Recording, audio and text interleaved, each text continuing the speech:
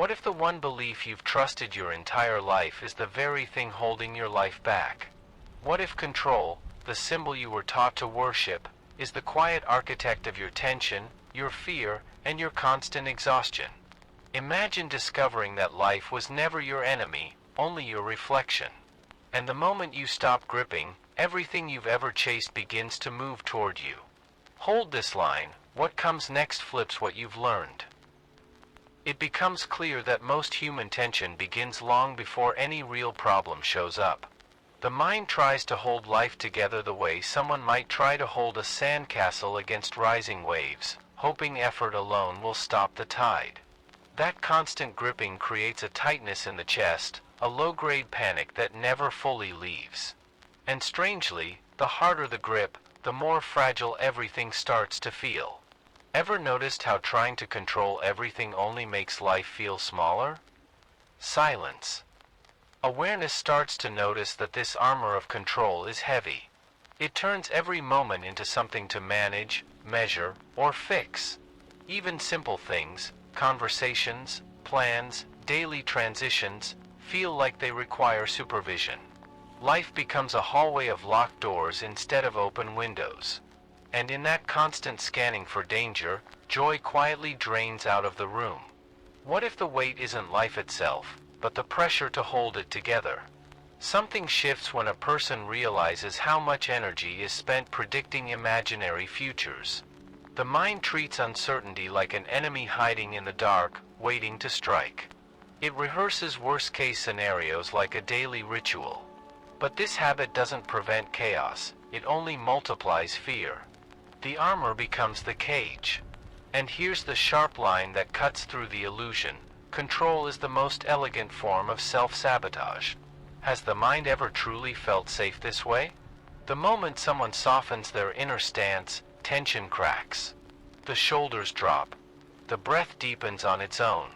But many resist this softness because it feels like letting go of protection. It's like loosening a grip on a rope after years of believing it was the only thing keeping them alive. Yet loosening reveals a surprising truth. The rope wasn't holding them up, it was burning their hands. And if the rope wasn't needed, what else isn't?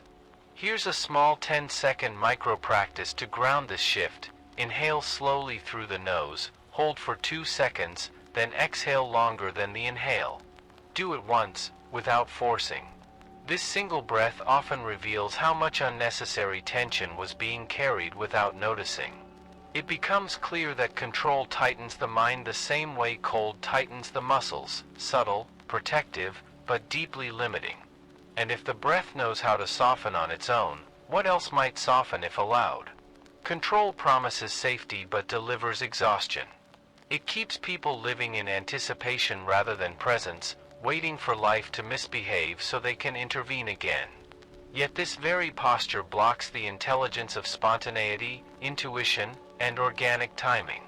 Life becomes a narrow corridor instead of a spacious field. And this narrowing leads directly into the next truth.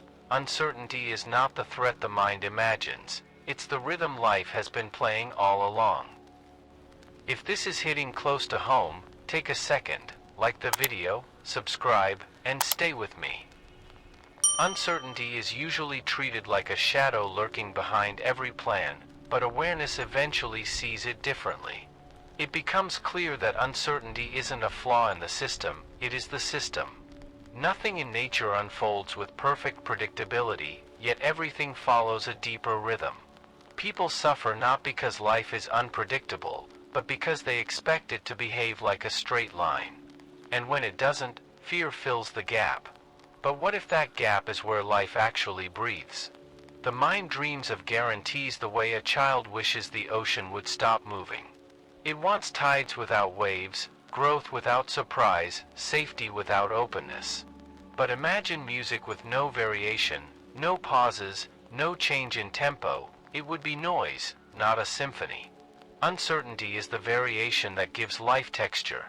It's the reason mornings feel different from nights, and conversations unfold with unexpected honesty.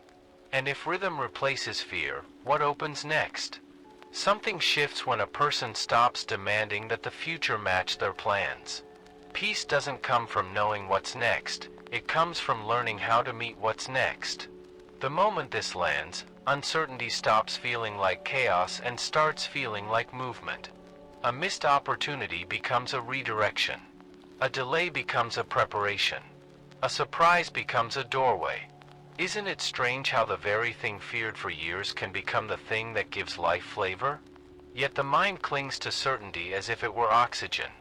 That clinging creates the illusion that stability only exists when nothing changes. But real stability comes from adaptability, the inner flexibility to adjust without collapsing. Think of a tree, it doesn't resist the wind, it moves with it. That is why it survives storms that rigid structures cannot. Most people aren't afraid of uncertainty itself, they're afraid of not being able to handle it. But what if they already can? Here's a quiet realization: uncertainty becomes frightening only when seen from the surface. Imagine diving beneath waves. At the surface everything is loud, chaotic, unpredictable. But a few meters down, there is calm, predictable movement, a rhythm. Life works the same way. The deeper the presence, the quieter uncertainty feels. And this depth reveals a subtle truth: the fear is not of the unknown, but of losing control, which never truly existed in the first place. Uncertainty is not a threat, it's an invitation. It's the open space where new possibilities can land. When someone stops bracing against it, life stops feeling like an adversary and starts feeling more like a partner with its own timing. And this is where the next shift emerges, softening the grip. Because the moment the grip loosens, the body changes, the mind changes, and the entire experience of being alive begins to breathe again. It becomes clear that softening isn't weakness, it's the first sign of real inner strength. When someone loosens their grip on outcomes, even slightly, the mind stops clenching around imaginary futures. The breath becomes less mechanical, the shoulders unclench, and the nervous system stops scanning for threats that aren't there. Life feels less like a battlefield and more like a doorway. And strangely, this softening often reveals that the grip wasn't protecting anything at all. Most people think control provides safety, but awareness begins to notice the opposite: the tightness creates the suffering. A clenched jaw, a guarded heart, a rigid plan, all of it forms an internal prison. Softening is like untying a knot that's been there for years. It doesn't fix everything at once, but it allows space. And space is the beginning of freedom. Isn't it interesting how letting go just a little can feel like breathing after being underwater? There's a quiet moment when someone finally whispers, "I can't control everything." Not as a defeat, but as an exhale. That sentence becomes a portal, a small crack in the armor. And through that crack, intuition starts to seep in. Options appear that weren't visible before. Timing shifts in ways that feel almost orchestrated. The world feels less hostile. What if this simple admission is the very thing the mind has been avoiding all along? Softening the grip also changes relationships. Conversations stop feeling like negotiations, and emotions stop feeling like problems to fix. A person becomes less reactive and more responsive. Instead of forcing outcomes, they start listening, to themselves, to others, to life. This creates an inner spaciousness that feels like someone opened a window in a crowded room. And that window reveals something crucial: control blocks connection, but softening invites it. Here's a short 20-second micro practice that supports this shift. Inhale gently and imagine the breath expanding behind the ribs, not just the front of the chest. Hold for a brief pause. Then exhale as if melting downward. This simple pattern signals to the body that the war is over. And when the body relaxes, the mind follows. What if freedom starts not with effort, but with ease? Softening doesn't mean abandoning direction, it means releasing resistance. It's choosing flexibility over rigidity, presence over prediction, openness over fear. And once this flexibility begins, something else emerges, a new form of trust, not blind faith, but an assumption that life might actually be an intelligent partner rather than a random storm. and that realization leads directly into the next unfolding truth. It becomes clear that trust isn't a mystical leap, it's a shift in how reality is interpreted. Instead of seeing life as random, indifferent, or against them, a person begins to notice patterns, small alignments that feel like gentle nods. A missed bus leads to a chance encounter. A closed door redirects toward a path that eventually feels better than the original plan. These moments aren't coincidences, they're signals. And the moment this clicks, the world starts to feel less threatening. Trust isn't about pretending everything is perfect. It's about recognizing the quiet intelligence beneath events that once felt chaotic. When someone assumes life is supporting them, even slightly, setbacks stop looking like punishment and start looking like choreography. Redirections feel purposeful. Delays feel guided. And this shift doesn't require belief, only openness. Isn't it interesting how the same event can feel like disaster or guidance depending on the lens used? Something shifts when a person walks through life with the expectation that it's collaborating with them, not testing them. The mind becomes less frantic. The nervous system softens. Reactions turn into responses. Suddenly, what once felt like a setback becomes a message. This is not the way, turn here instead. Life feels conversational, almost responsive. And this responsiveness reveals a striking insight. Trust changes the meaning of everything. Trust also expands perception. When someone expects support, they start noticing opportunities that were previously hidden by fear. A conversation becomes an opening. A coincidence becomes clarity. A disappointment becomes preparation. Trust doesn't magically fix circumstances. It changes the eyes that see them. The world becomes a field of subtle invitations instead of obstacles. And once this shift happens, curiosity replaces dread. What might happen if the default assumption became support instead of struggle? There's a gentle, practical way to cultivate this trust without forcing it. Throughout the day, pause for 3 seconds and ask, what if this is working for me? Not as blind optimism, but as a perceptual experiment. This tiny question cracks open the possibility of cooperation with life. And repetition makes the mind more flexible, less defensive. Over time, synchronicities appear more frequently, not because they weren't there before, but because fear was too loud to hear them. This form of trust doesn't lead to passivity, it leads to participation. It removes the pressure to micromanage every outcome and replaces it with a willingness to meet life halfway. It becomes clearer and clearer that perspective shapes experience, and that the next transformation begins when the lens itself shifts.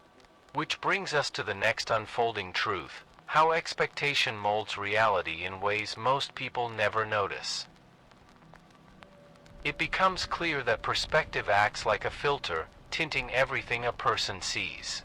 Expecting trouble makes neutral moments look suspicious. Expecting support makes the same moments feel promising.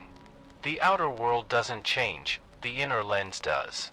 And once this clicks, life stops being a mirror of fear and starts becoming a canvas where meaning is painted by perception. Isn't it strange how two people can experience the same event and walk away with completely different stories? Every expectation is like a frequency on a radio. Tune into fear, and every sound becomes static. Tune into trust, and patterns emerge that were previously drowned out. When someone expects darkness, they notice only threats. When they expect guidance, they notice openings. This isn't magical thinking, it's perceptual tuning. The mind is built to confirm what it believes, and once someone sees this mechanism, they finally understand how much power perspective holds.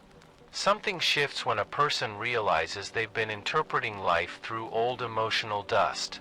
Childhood fears, past disappointments, unprocessed grief, all of it creates fog on the lens. A conversation becomes an attack. A delay becomes rejection. A change becomes danger. But wipe the lens, even slightly, and the same moments turn into possibility. It becomes obvious that life was never withholding anything, fear was blocking the view. What else becomes visible when the lens clears? This shift also explains synchronicity.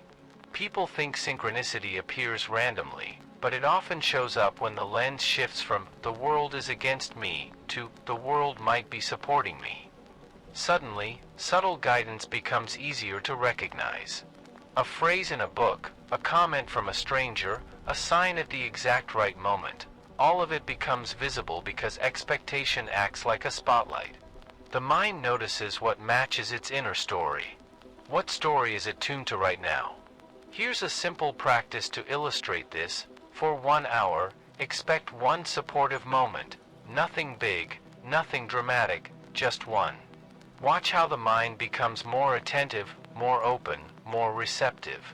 That single expectation shifts perception like adjusting the brightness on a screen. And once someone sees how easily the lens can change, they begin to understand that fear of uncertainty is often just fear of feeling. Because feeling threatens the old lens, and that's what dissolves next. Expectation shapes experience so deeply that changing it feels like discovering a hidden lever inside the mind. And once this lever is found, the armor around uncertainty begins to crack. The next understanding rises naturally. Many people fear uncertainty not because of the future itself, but because they're terrified of what uncertainty makes them feel on the inside. It becomes clear that most people aren't actually afraid of the future, they're afraid of the emotions the future might trigger. The unknown forces them to feel vulnerable, exposed, unguarded. So instead of facing that feeling, they build armor, pessimism, overplanning, emotional detachment, worst-case scenario rehearsals. But this armor costs more than it protects. It blocks joy, blocks connection, blocks intuition. And in the end, it blocks life itself. Awareness starts to notice how fear _of_ feeling disguises itself as logic. Someone says they're being realistic, but underneath, they're terrified of disappointment. Another claims they're just preparing, but beneath that lies the fear of being caught off balance. The armor becomes so familiar that they forget it's even there.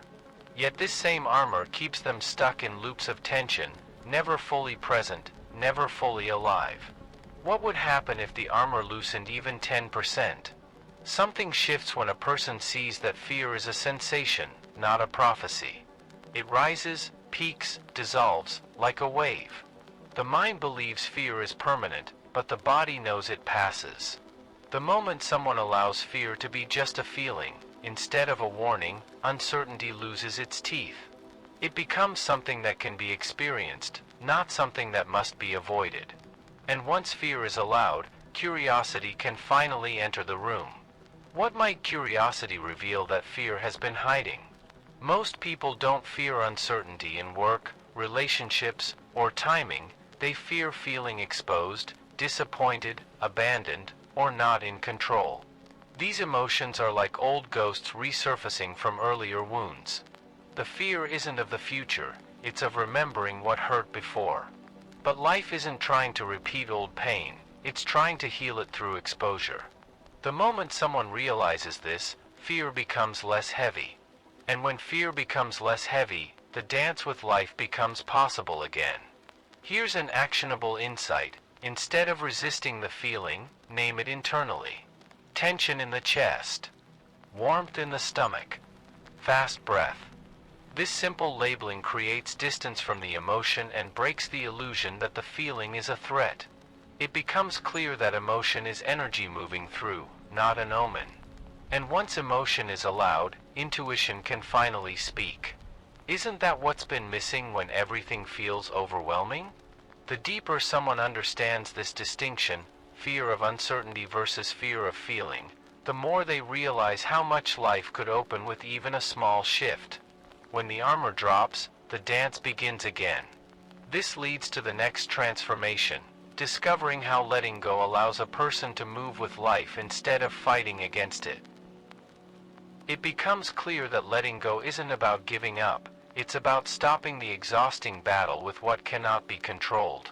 Most people imagine letting go as passivity, but awareness sees it differently. It's the act of releasing the white-knuckle grip that keeps life feeling narrow. Just as water can't be dragged into a straight line, life can't be forced into perfect shape. When resistance dissolves, a surprising spaciousness appears. And in that space, intuition finally has room to breathe. Letting go is misunderstood because people think it means doing nothing. But letting go actually means doing the right things with ease instead of the wrong things with force. The moment someone stops fighting life's timing, something softens. The shoulders drop. The breath deepens. The mind becomes less frantic. Life stops feeling like an opponent and starts moving like a current that's been there all along. Isn't it strange how effort often gets in the way of progress? Something shifts the moment a person realizes that pushing harder doesn't create alignment, it creates resistance. The more someone forces a situation, the more life pushes back. But when they allow space, the right opportunities begin to surface almost naturally.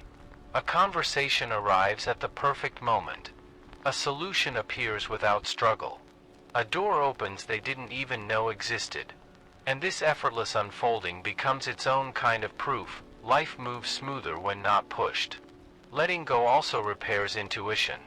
When the mind stops gripping, quiet signals become easier to hear, subtle nudges, gentle impulses, small gut feelings that were previously drowned out by noise. Intuition doesn't shout, it whispers. But only a soft mind can hear it. And the moment someone starts acting from intuition instead of fear, life begins to feel less like a maze and more like a guided path. What might intuition reveal when resistance isn't in the way? There's a simple truth beneath all of this. Resistance is a form of self-protection, but it's outdated protection. It's the body remembering old harm and trying to prevent new harm. But the present moment rarely matches the old story. When someone drops the old strategy, they gain new mobility, emotional, mental, spiritual. They become more fluid, more adaptive, more alive. And this fluidity is exactly what opens the door to understanding the hidden design behind failures and losses. Letting go creates room for life to move. And once life begins to move, unexpected patterns emerge, patterns that reveal how disruptions, setbacks, and losses are not errors but elements of a deeper architecture. That is where the next insight begins. Disruption isn't destruction, it's design. It becomes clear that what people call failure is often just a shift in direction too subtle to notice at first. A lost job, a breakup, a plan that collapses, these moments feel like collapse, but underneath them sits a quiet rearrangement. Life removes what can't go where someone is meant to go. And while the mind interprets it as punishment, the deeper pattern often reveals itself later, when the timing suddenly makes sense. Isn't it strange how the worst moments sometimes lead to the best chapters? Disruption feels violent because it breaks routines and expectations. But awareness starts to notice that disruption clears space the way a storm clears old branches. It makes room for growth that comfort would never allow. Many people only find their real path after something important falls apart. The loss forces introspection, creativity, courage. And this reveals a counterintuitive truth. Comfort rarely transforms, discomfort often does. What has discomfort been trying to say? Something shifts when a person stops seeing loss as an ending and starts seeing it as redirection. A closed door may be a form of protection. A delayed opportunity may be preparation. A relationship ending may be an invitation to become the person capable of something deeper. Life teaches through contrast. Darkness wakes people up, detours change their aim, delays refine their patience. The lesson isn't in the pain, it's in what the pain pushes someone to see. Failure also exposes identity illusions. When things fall apart, people discover who they are without the titles, routines, or attachments they once leaned on. This can feel terrifying, like a small death, but it's often the moment someone meets their deeper self. The question, "Who am I now?" becomes a doorway. And through that doorway, authenticity begins to grow. Isn't it interesting how the self often appears only after the old structures collapse? There's a practical shift that helps in these moments. Instead of asking, "Why is this happening to me?" ask, "What is this trying to rearrange?" This reframing doesn't erase pain, but it brings meaning into the room, and meaning is what allows healing to move. The moment meaning enters, fear softens. Loss becomes information. Disruption becomes design. And when design becomes visible, trust becomes possible again. Once someone sees the hidden architecture beneath disruption, a deeper realization dawns. Growth rarely happens in the light. It tends to happen underground, silently, invisibly, and often painfully. Which leads naturally into the next unfolding truth. Human transformation works just like a seed cracking in the dark. It becomes clear that human transformation rarely looks beautiful while it's happening. A seed doesn't sprout under sunlight, it cracks in darkness. Something breaks, something dissolves, something stops working, and the mind panics because it can't see the emerging shape. But beneath the surface, life is rearranging roots, forming structure, preparing direction. Transformation begins long before it becomes visible. Isn't it strange how the most important growth looks like collapse from the outside? Awareness starts to notice that emotional breakdowns, confusion, and inner emptiness are not signs of failure but signs of reorganization. Old beliefs pull apart. Old identities crumble. Old coping strategies stop soothing. This inner darkness is uncomfortable, but it's functional. It clears space for a deeper version of the self to emerge. Just as the soil presses on the seed, life presses on a person to activate something dormant. What pressure is trying to awaken something inside? Something shifts the moment someone realizes the dark phase is not a detour, it's the path. The nights spent questioning everything, the mornings with no motivation, the seasons that feel flat or silent, these are not dead zones. They're incubation chambers. They're the fertile ground where new clarity begins to form. This realization doesn't remove the discomfort, but it removes the shame. And without shame, growth accelerates. What new form might be preparing to break the surface? Dark phases also demand trust in timing. A seed never rushes the soil, it grows when conditions align. Humans forget this and panic when the sprout doesn't appear quickly.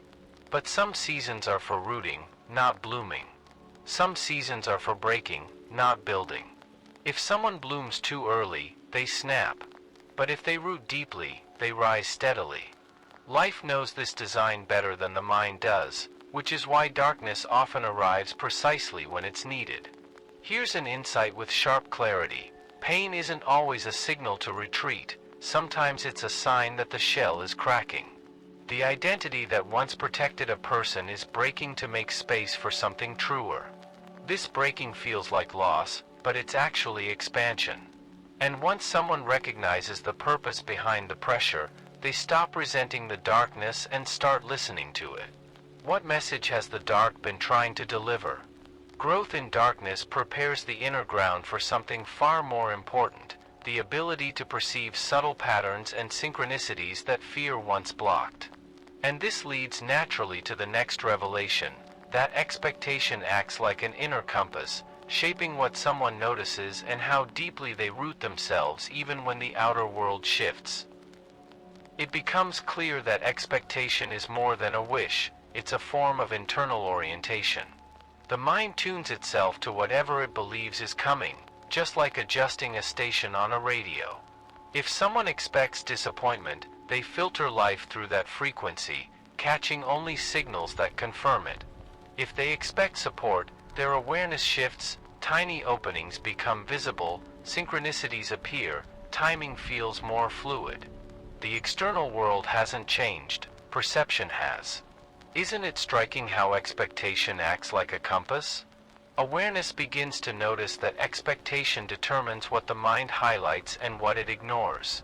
Two people can stand in the same moment. One sees threat, the other sees possibility.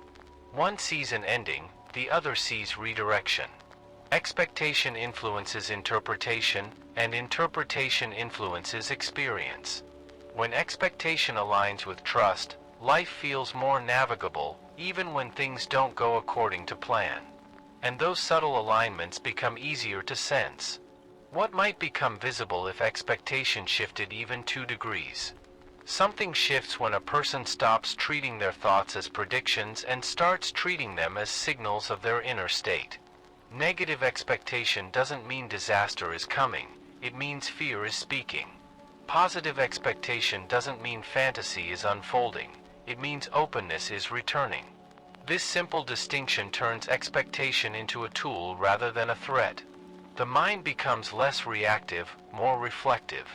And reflection creates room for clarity. What inner weather is shaping today's expectations?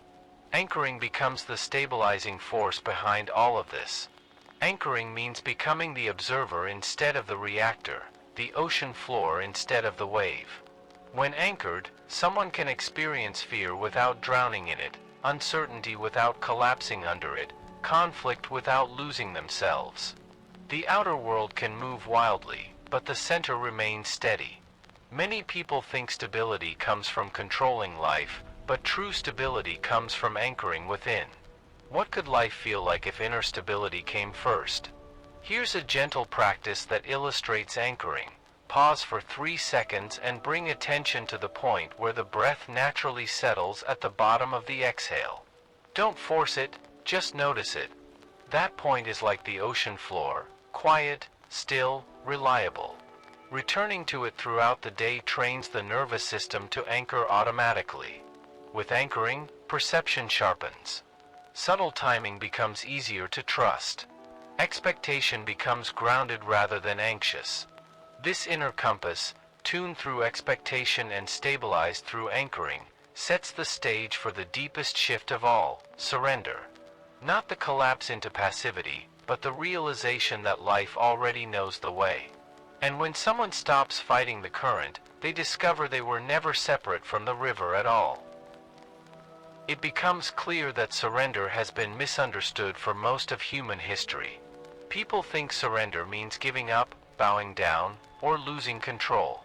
But in reality, surrender is the simple act of dropping the illusion that control was ever real. It's the moment someone stops fighting the current and realizes the river has been moving them all along. And strangely, the very moment the struggle ends, clarity begins.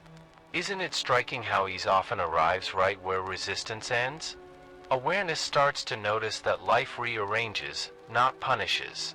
A redirection isn't cruelty, it's choreography. A closed door isn't rejection, it's protection. A delay isn't a failure, it's preparation. When someone sees this pattern even once, trust becomes easier. They stop assuming the universe is against them and start assuming it's intelligent. This shift doesn't erase challenges, but it changes their meaning entirely. What if nothing is actually working against them? Something shifts the moment surrender becomes internal rather than conceptual.